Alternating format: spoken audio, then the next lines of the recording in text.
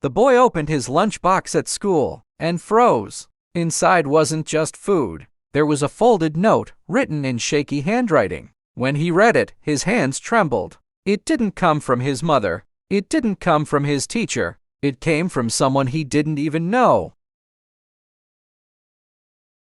Ethan was 12, quiet, and often sat alone at the cafeteria table. His father had lost his job, his mother worked nights, and sometimes there wasn't much to pack for lunch. On those days, Ethan pretended he wasn't hungry. He'd sit, open an empty box, and fold his arms so no one noticed. But people notice more than we think. One day, a janitor named Mr. Harris saw him. He didn't say a word, but he remembered, because he too had been the boy with the empty lunchbox once. That night, instead of going straight home, Mr. Harris stopped at the store. He bought a sandwich, some fruit, and a small cookie. He packed it neatly, tucked it into a clean lunchbox he found at a thrift shop, and on top, he placed a note. The next day, Ethan opened his box at the table. His friends looked over, surprised they'd never seen him with so much food. But it wasn't the sandwich or the cookie that made Ethan's eyes water. It was the words on the note. It said, "You are not invisible. Someone sees you. Someone cares."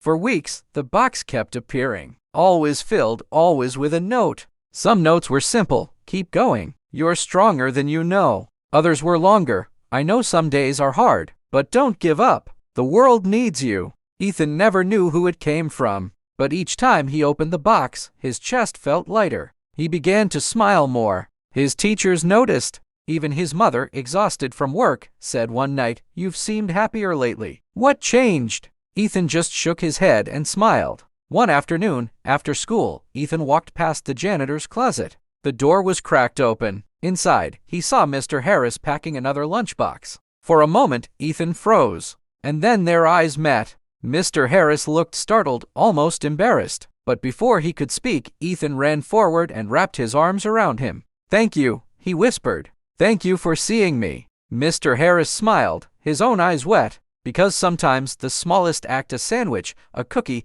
a note, can be the difference between feeling invisible and feeling seen. Kindness doesn't always need a name. It doesn't need recognition, or credit, or applause. Sometimes it's just a quiet act done in secret that reminds someone you matter. If this story touched you, share it, because there's someone out there right now who needs to be reminded. And if you believe the world needs more kindness like this, subscribe. Together, we can make sure no one feels invisible.